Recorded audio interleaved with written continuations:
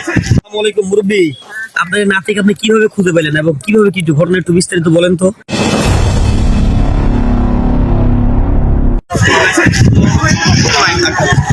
আচ্ছা,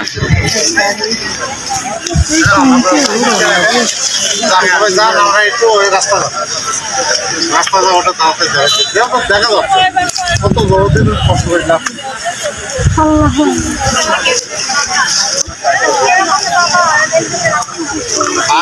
ঠিক আছে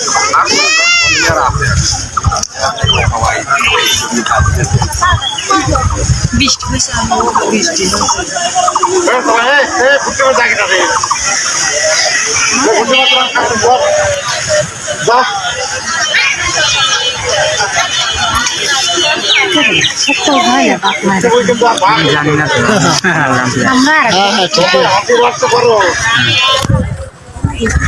ঠিক আছে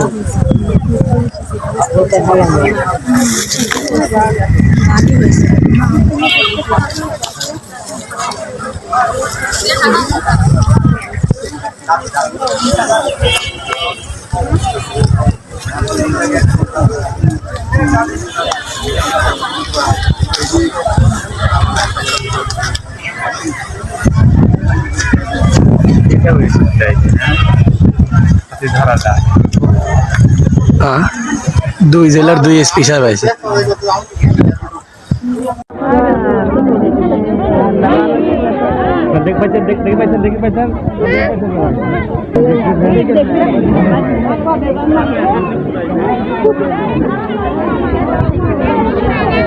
আসসালামু মুরব্বী, আপনার নাতিকে আপনি কিভাবে খুঁজে পেলেন এবং কিভাবে কি ঘটনা একটু বিস্তারিত বলেন তো।